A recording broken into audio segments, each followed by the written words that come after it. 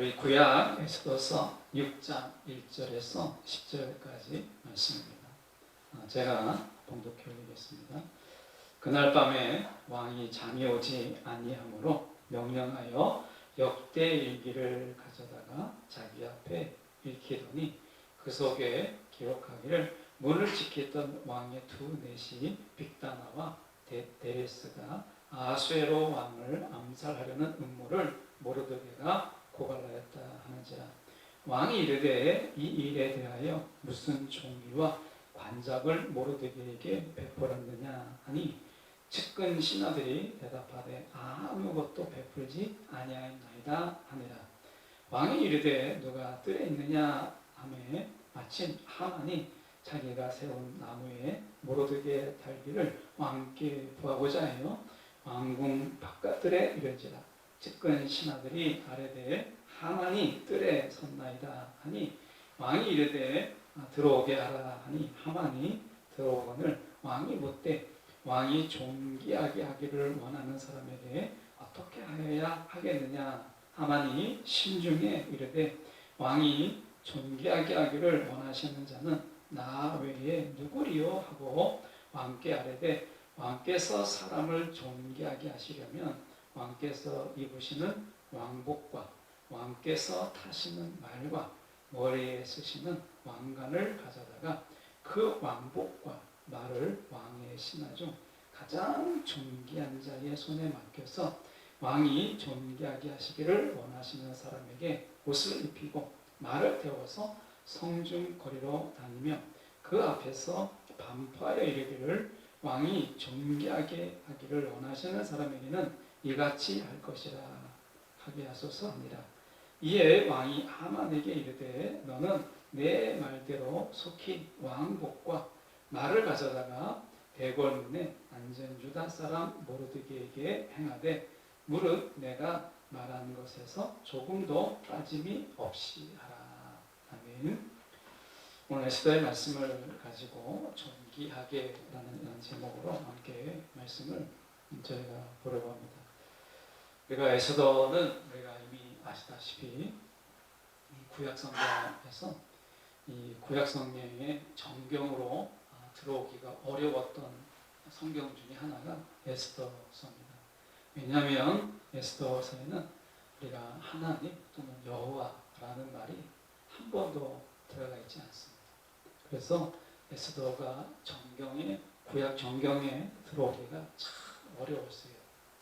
그런데 우리가 이 에스더가 그래서 더 빛나는 성경이라고 볼 수 있어요. 왜냐하면 성경에 하나님이라고 하는 또 여호와라는 말이 하나도 들어가 있지 않지만 결국에는 에스더가 이야기하고 있는 에스더서에서 고백하고 있는 것은 하나님의 간섭, 하나님의 섭리, 하나님의 다스림을 너무나 적나라하게 보여주고 있다라고 하는 것입니다. 그래서 우리가 이 에스더를 통해서 하나님이 이렇게 치밀하게 철저하게 하나님이 인간사에 간섭하시고 또 개입하시고 역사하시는구나 라고 하는 것을 에스더는 우리 가운데 분명하게 보여줍니다.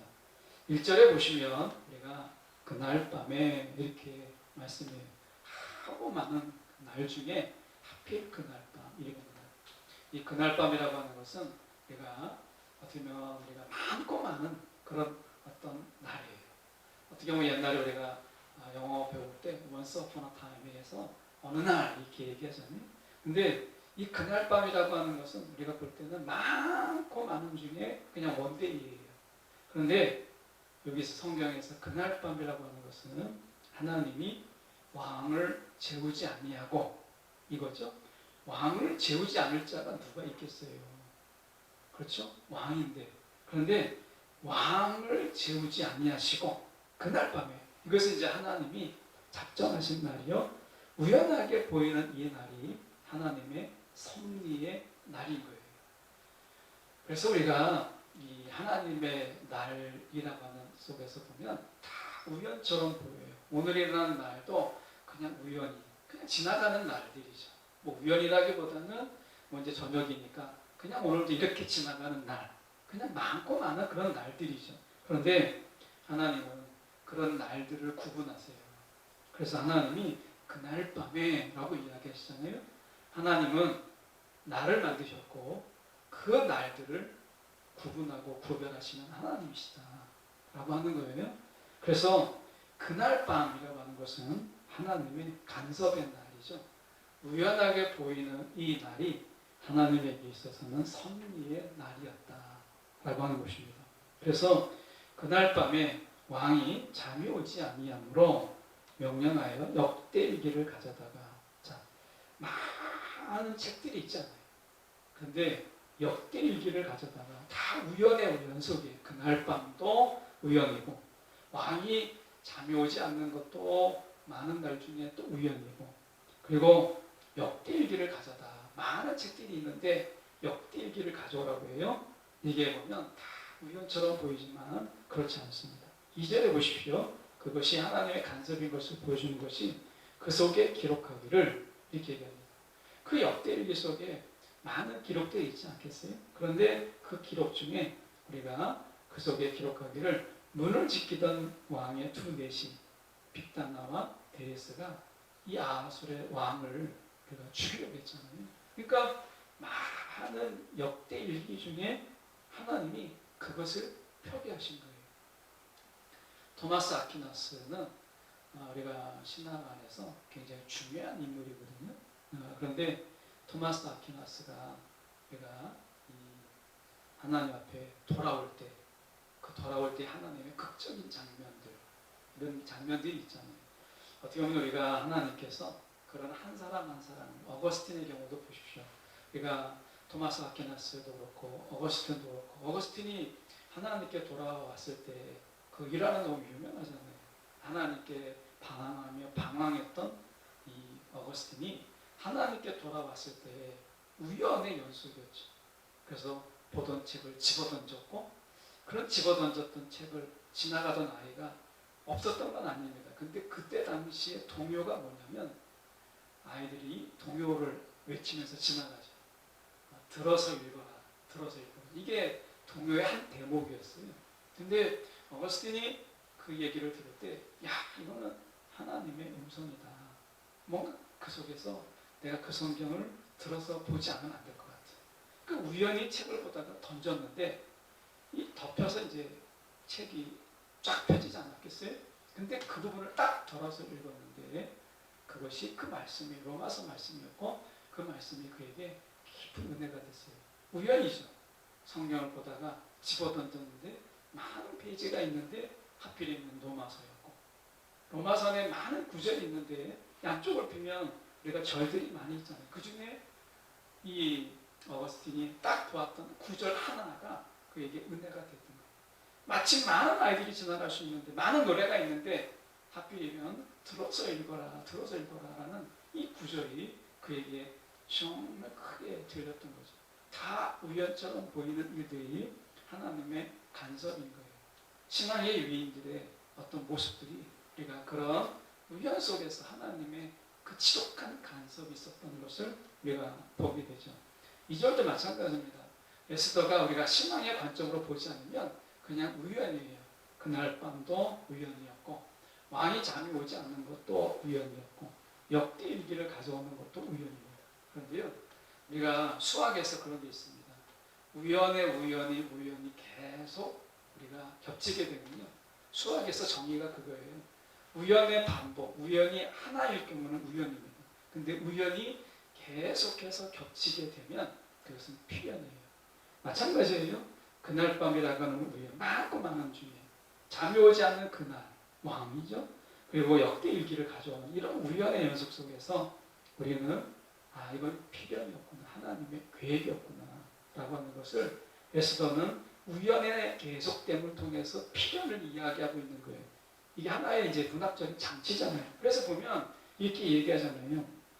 우리가 두 넷이 빅다나와 데레스가 아하수의 왕을 암살하려는 음모를 모르드게가 나오죠. 많은 페이지가 있는데 모르드게를 고발하였다 하는지라 이렇게 나옵니다. 그래서 우리가 이 모르드게가 그때 나를 살렸는데 잊어버렸던 거잖아요. 이것을 통해서 하나님이 간섭하심을 우리가 보여줍니다. 여러분 오늘이라고 하는 이 날이 하나님에게 있어서 그 날인지 모르는 거예요. 여러분 우리가 이 종말론적인 삶이라고 하는 것이 우리가 오늘이 그날일 수 있다는 거예요. 오늘이 그날처럼 사는 거죠. 그래서 많은 날들이 야 그날이 언제 오겠어? 라는 거잖아요. 그런데 그날은 어떻게 찾아왔어요? 도둑처럼 임했어요. 지금 모르드게의 그날은 도둑처럼 임한 거예요. 모르드게도 몰랐고 왕도 몰랐고 그날을 아무도 작정한 사람은 없어요. 그런데 그날은 그렇게 도둑처럼 찾아왔어요. 여러분 우리가 오늘이 그날인 것처럼 사는 것, 이게 매일 그렇게 할 수는 없죠. 저 역시 마찬가지로 매일을 그날처럼 우리가 살 수 있다면 참 귀한데 우리가 그렇게 살기는 어려워요. 그런데 적어도 우리가 그날은 오늘을 통해서 오는구나 라는 거죠. 다른 날을 통해서 오는 게 아니라 그날이라고 하는 것은 오늘을 통해서 오는 날인 거예요. 그렇지 않나요? 그런 의미에서 오늘은 그날의 통로인 거예요. 그래서 우리가 보시면 3절에 이렇게 이야기합니다. 왕이 이르되 이 일에 대하여 무슨 존귀와 관작을 모르드게에게 베풀었느냐라고 얘기해요. 이 신앙 안에서 우리가 이 하나님은요 그때 보상하지 않으시더라. 하나님이 우리가 어떤 일을 감당할 때 하나님은요 원 바이 원으로 하나님이 케이스 바이 케이스로 하나님이 어떤 일 하나 잘했다는 것 때문에 그 일 하나를 하나님이 칭찬하시면서 보상하지 않으세요. 하나님의 보상법을 성경에 없는 이야기를 해서 죄송합니다만, 그러니까 성경을 좀 넓게 보면 하나님의 보상이라고 하는 것, 하나님의 상 주심이라고 하는 것은 우리가 원 바이 원 하나를 잘했기 때문에 하나를 칭찬하는 이런 케이스라기보다는 더 넓게 보면요, 하나님은 그 보상을 하나님의 그 계획 속에서, 하나님의 작정 속에서 큰 틀에서 허락하시는 것을 보게 돼요. 그래서 그러니까 내가 하나를 잘했기 때문에 하나님이 나에게 보상해 주시겠지. 야, 내가 이때 정말 잘했으니까 하나님이 나에게 이렇게 하시겠지. 원 바이 원이나 케이스 바이 케이스로 하나님이 하시지 않으세요. 모르드게를 보세요. 왕을 살렸어. 아하스와로 왕을 살렸어요. 그런데 하나님이 그때는 어떤 관직도 주지 않았고, 그리고 존귀하게 대하지도 않았어요. 관작도 주지 않았고 그에게 존귀함도 되지 않았어요. 지나갔어요. 모르드게도 그냥 지나간 거죠. 그런데 하나님은 기억하세요.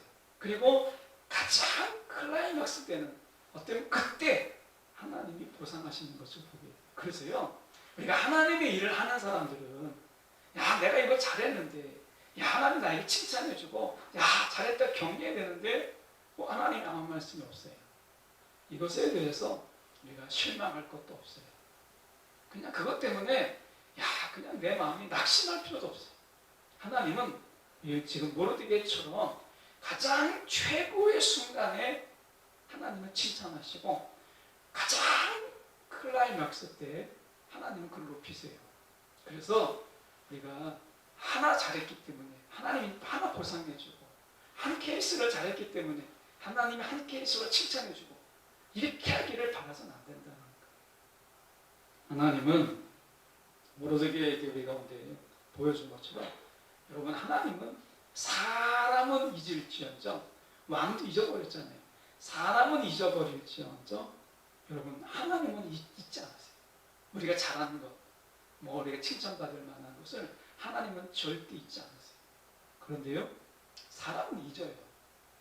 그렇기 때문에 때로는 내가 그때 하나를 잘했기 때문에 칭찬받고 싶고, 하나를 잘했기 때문에 하나님이 막 나를 잘했다 막 이렇게 하고 싶은데, 그렇게 하지 않을 때 여러분 낙심하지 마세요.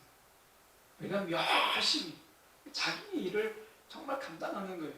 저는 예배를 통해서 다윗의 생각을 많이 하게 돼요. 이제 언약궤가 들어왔을 때 누가 그렇게 기뻐했겠어요? 사실은 제일 기뻤던 것은 그 언약궤가 이제 예루살렘으로 돌아왔을 때 가장 기뻐했던 것은 사실은 다윗이에요. 그런데 이 말에 어폐가 있어요. 가장 기뻐했던 것이 다윗이 아니라 기뻐한 유일한 사람이 다윗이. 그러니까 많은 사람들이 기뻐하는 가운데 다윗이 가장 기뻐했다는 게 아니라 성경의 포커스를 보면 그걸 자꾸 보면 언약궤가 예루살렘에 돌아왔을 때 정말 한 사람 하나님의 자리지만 정말 딱 한 사람의 예배자 그게 다윗인 거예요. 다윗만 그 언약궤가 돌아오는 것을 통해서 정말 바지춤이 내려가는 줄도 모르고 기뻐했던 거죠. 이걸 얼핏 보면 많은 사람들이 기뻐하는 가운데 다윗이 가장 기뻐한 것처럼 보이지만 성경을 꼭 씹어보면 다윗만 기뻐했던 거예요.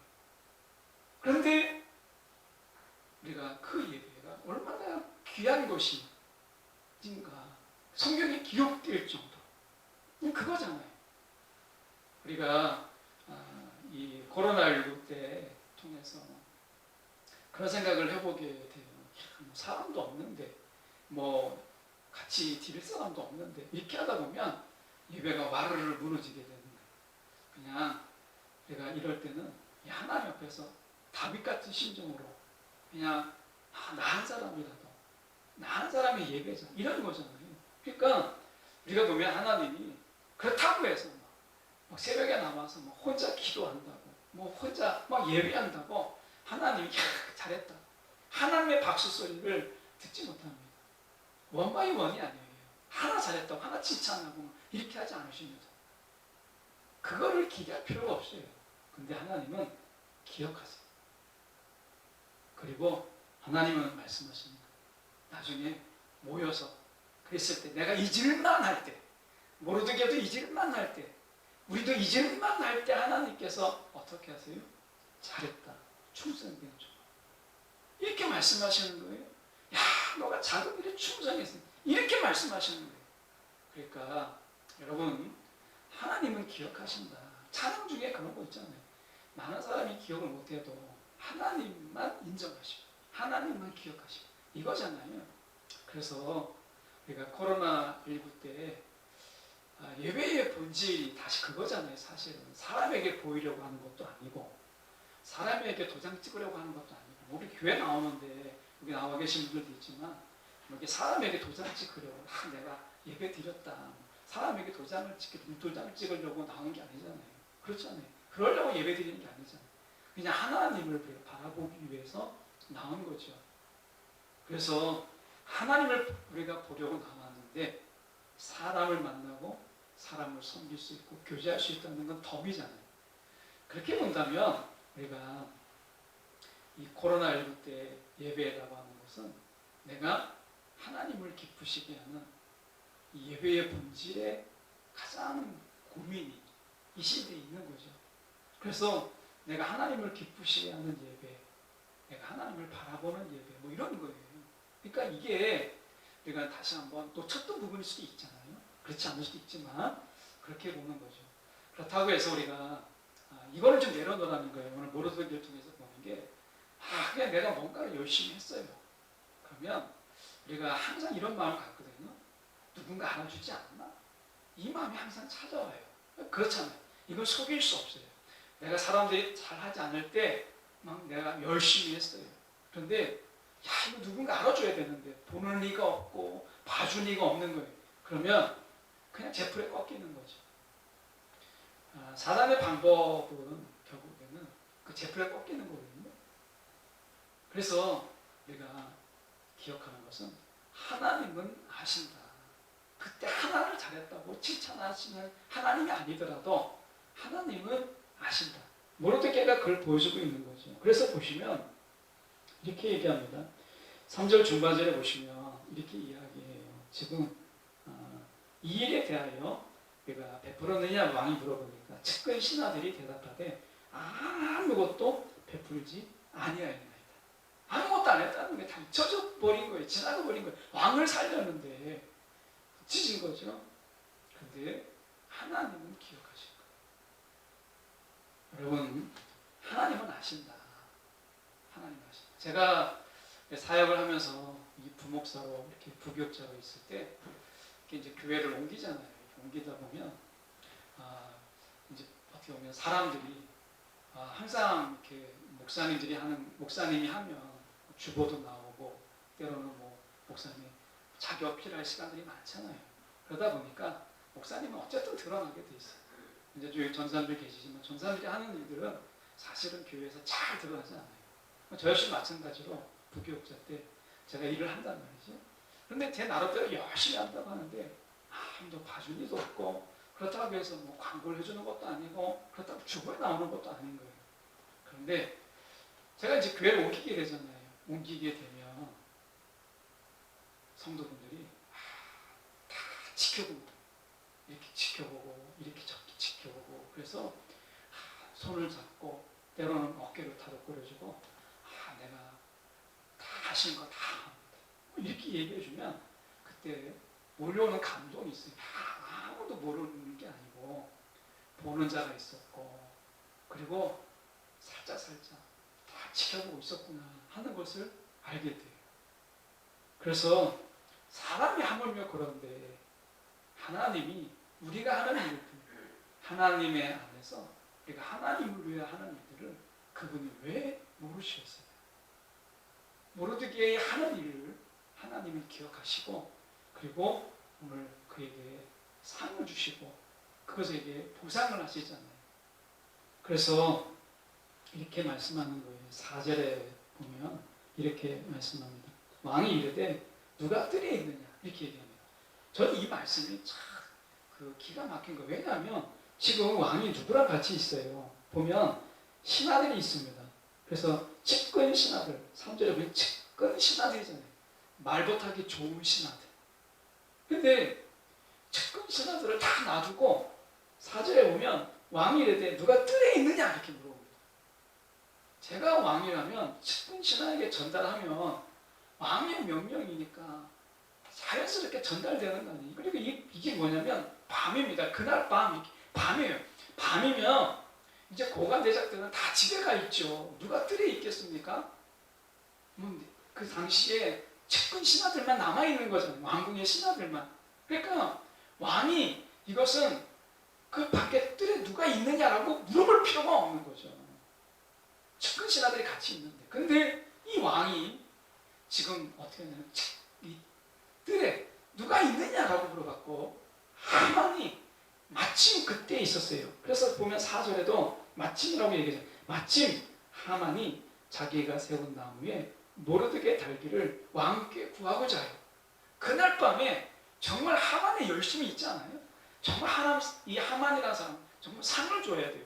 얼마나 그날 밤에 정말 사람을 해치는데도 얼마나 열심히 있는지 그날 밤에 집에 돌아가지도 않고 다른 사람을 시키면 되는데 하만이 직접 우리가 모르드게를 죽이려고 그날 밤에 그 늦은 저녁까지 그 모르드게가 이 나무를 제작하고 있잖아요. 마침 뜰에. 그러니까 마침인 거예요. 너무 놀랍잖아요. 지금 계속 우연처럼 보이는 이런 일들이 하나님의 정말 친밀한 간섭이었구나 라고 하는 것을 보여주는 것이죠. 이건 하나님의 손길이 아니고서는 이 우연들을 설명할 수가 없어요. 마침 이거잖아요. 그러면서 그가 이야기합니다.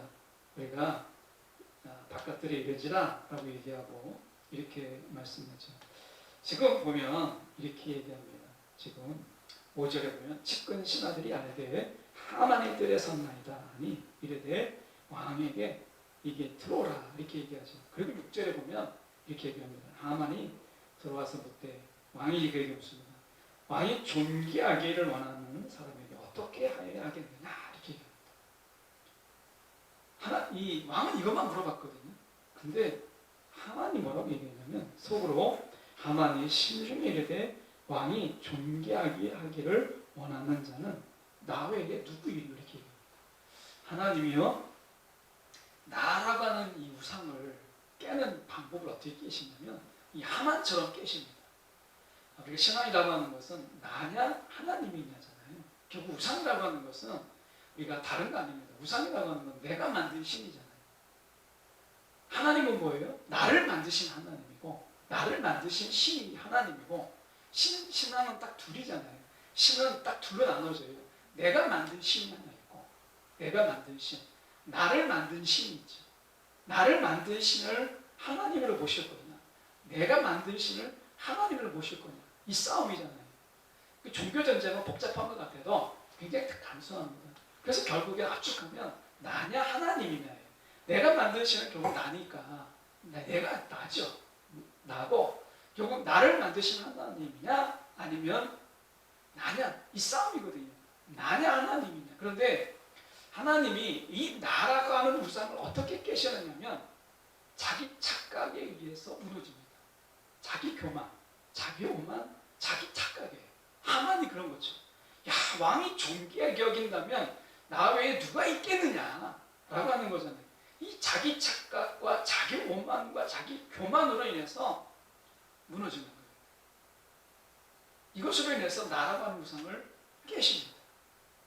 무너뜨리는 거예요. 그래서요, 나라고 하는 자가 하나님 앞에서 어떤 것도 강변하지 못한, 하나님이 나를 이렇게 억울하게 대했다, 이런 말 못해요. 왜? 자기 착각과 자기 교만에 의해서 무너진 거잖아요. 왕이 지금 너를 존귀하게 이렇게 말하지 않았어요? 왕이 존귀하게 여기는 자를 어떻게 대해야 되겠느냐라고 물었는데 하만이 스스로 교만해서 착각에 의해서 나 외에 누가 있겠느냐라고 하는 거죠. 하나님은요, 나라고 하는 신을 이렇게 무너뜨리세요. 그래서 세상에서 나라고 하는 우상은 자기 교만에 의해서 무너집니다. 자기 착각에 의해서 무너지는 거예요. 다른 거 아닙니다. 여러분, 오늘 우리가 이 나라고 하는 신앙이 얼마나 이 심각한 착각을 주느냐, 내가 신인 것처럼 그렇게 되는 거죠. 우리가 여러분 생각해 보세요. 우리가 이 교만의 극치나 착각의 극치가 보여요. 내가 조금 했는데 뭔가 작은 어떤 성공을 거두었다, 뭐 어떤 것 성취했다. 그럼 어떻게 되죠? 기고만장해서 모든 것을 다 할 수 있는 것 같이 그런 충만한 자신감을 갖는 인간이에요. 나는 그저 그거 하나를 한 것뿐이거든요. 이것이 인간의 하늘 높은 줄 모르는 교만과 자만심과 우리가 자기 착각인 거예요. 하나님은 자기 착각으로 자멸하게 하십니다. 이게 하나님의 방법이에요. 이게 나라고 하는 신을 무너뜨리는 거예요. 그래서 하나님의 심판 앞에서 그들은 어떤 것도 변명하지 못하게 하십니다. 그래서 지금 보시면 이렇게 얘기하잖아요. 하나님이 말씀하실 때 우리가 7절에 보시면 왕께, 우리가 7절부터 9절까지 쭉 보면 이랬습니다. 왕께 아래되 왕께서 사람을 존귀하게 하시려면 세 가지입니다. 왕께서 입으시는 왕복, 이 옷입니다. 옷은 당시의 신분을 나타내기 때문에 어떤 옷을 입느냐, 왕이 입는 왕복을 입히라는 거예요. 그러니까 옷은 당시의 신분을 가리키잖아요. 그러니까 이 왕복을 입히고, 그리고 왕관을 씌우고, 뭐 이렇게 왕처럼 존귀하게 대하라는 거죠. 그리고 어떻게 하냐면 두 번째가 왕처럼 전 꾸미고, 두 번째가 그에게 있어서 우리가 많은 성중의 거리를 다니면서 카포레드를 벌이는 것처럼 이 어나운스, 사람들에게 알리는 거예요. 드러내는 거예요. 아, 존귀한 자다라고 그에게 알리는 것입니다. 그리고 어떻게 보면 우리가 이같이 할 것이다 라고 해서 하나의 롤 모델로 제시하는 거예요. 세 가지죠. 왕처럼 복장과 신 이런 것을 통해서 그를 높이고 신분을 높이는 거죠. 성중의 거리 속에서 사람들에게 막 그를 알리는 거예요. 세 번째가 이 사람의 롤 모델이다, 이렇게 제시를 하는 거죠. 이것이 당시에 하만이 생각하는 존귀되어야 하는 방식이에요. 하나님이 오늘 하만의 이야기이지만 하나님 우리를 그렇게 대하세요. 우리에게 어떻게 하셨어요? 그리스도의 옷을 입히셨어요. 하나님이 우리를 얼마나 존귀하게 여기시는지 우리의 죄악의 옷을 벗어버리고 우리 가운데 그리스도의 옷을 입혀주셨어요. 이 자체가 얼마나 존귀하게 우리 여기시는 그리스도 옷을 입혔다는 거예요. 그리스도의 옷. 이 너무나 놀라운 거죠. 그리스도의 옷을 입혔다라고 하는 거예요. 그리고 사람들에게 우리가 하나님이 그를 알리세요. 나는 가만히 있는데 하나님이 알리시는 거죠. 그리고 하나님이 말씀하세요. 이처럼 이렇게 얘기하는 거죠. 이처럼. 그래서 사도 바울은 나를 본받는 자가 되라 라고 얘기해서 이게 교만한 말이 아니라 그건 하나님의 말씀으로 그를 이야기해요. 나를 본받는 자가 되라. 나처럼 이렇게 이야기하고 있는 거잖아요. 이게 교만이 아닙니다. 나를 본받는 자가 되라. 예수님도 뭐라고 말씀하세요? 나를 따르라 이렇게 얘기하잖아요. 여러분 신앙 안에서 롤 모델로 세우십니다. 모델로. 이게 하나님이 존귀 여기는 자의 모습입니다. 여러분 우리가 첫 번째는 되어 있죠. 그리스도의 옷을 입혔어요. 저와 여러분은 다 예수 그리스도로 말미암아 우리가 그리스도의 존귀한 옷을 입혔어요. 그리스도의 옷을 입은 자예요. 그래서 여러분 옷을 더럽히는 일들을 우리가 하지 말아야죠. 거룩한 옷을 입힌 거예요. 두 번째, 세상 속에서요 우리가 알립니다. 하나님은 우리를 부끄럽게 여기지 않아요. 알린다는 거예요. 부끄럽게 여기지 않는다는 거예요. 하나님의 자녀다. 근데 우리가 하나님을 부끄러워하는 적은 있지만 하나님은 한 번도 우리를 부끄럽게 여기지 않으세요. 이게 성경에 나와 있는 거잖아요. 하나님은 우리를 전혀 부끄럽게 여기지 않습니다. 탕자의 비유 속에서도 그 아버지는 돌아온 아들을 부끄럽게 여기지 않습니다. 여러분 하나님은 우리를 세상에 알리는 거예요. 내 자녀다 라고 하는 거예요. 이건 하나님이 다 하시는 거예요. 여러분 마지막은 우리가 살아가면서 우리가 감당해야 될 부분들이 그것은 뭐냐? 하나님의 롤 모델로 세우셨다라고 하는 것이죠. 그래서 우리는 애를 쓰는 거예요. 롤 모델답게 누군가의 롤 모델답게 우리가 살아가기를 하나님이 도우시는 중에 이걸 감당해 나가는 거죠. 여러분 이게 존귀 여기는 거예요. 그래서 우리는 누군가에게 나를 따르는 자가 되라, 나를 본받는 자가 되라 라고 하는 것을 부끄럽게 여기면 안 돼요. 이게 하나님이 존귀하게 대하시는 방법이거든요. 그렇게 대하세요. 그리고 내가 10절에서 보면 건너가서 10절에 보시면 이렇게 얘기합니다. 이에 왕이 하만에게 이르되 너는 내 말대로 속히 이렇게 얘기합니다. 그리고 맨 끝에 보면 조금도 빠짐도 없이 하라. 조금도 빠짐이 없이 하라. 이렇게 철저하게 행하라 라고 말씀합니다. 하나님은 오늘도 우리에게 철저함으로 우리를 존귀하게 대하시는 분이세요. 여러분 기억하십시오. 그리스도의 옷을 우리 가운데 입히셨어요. 그리고 하나님의 자녀라. 여러분 우리 가운데 하나님이 부끄럽게 여기지 않았어요. 우리가 어느 곳에 누구 앞에서도 하나님 아버지, 하나님 아빠 해도 하나님이 막 부끄러워하지 않으십니다. 우리가 못났어도 우리가 부족해도 하나님을 아버지라고 할 때 하나님 아버지는 한 번도 우리를 부끄럽게 여긴 적이 없어요. 기억하십시오. 내가 좀 못난 모습으로 있다 할지라도 내가 좀 더 부끄러운 모습으로 있다 할지라도 아버지 할 때 하나님 우리를 부끄럽게 여기거나 외면하지 않으신다 라고 하는 것입니다. 오늘 그분이 우리에게 롤모델, 변화의 모델로 세우셨어요. 변화의 모델. 여러분 예수 믿고 우리 가운데 달라진 모습보다 성숙해가는 이런 모습들, 어렵지만 그래도 내 신앙을 놓지 않는 이런 모습들을 우리가 하나님께서 모델로 세우셨잖아요. 여러분 신앙의 모습 속에서 여러분이 지금 감당하고 있는 신앙의 자리를 지키는 롤 모델, 이것이 우리를 귀찮게 하고 우리를 부담해 주는 게 아니라 존귀 여기는 그런 모습이라는 것. 이게 여러분 오늘도 우리가 하나님의 존귀하게 여기심이 우리 가운데 있음을 기억하는 저와 여러분 되기 원합니다. 기도하겠습니다.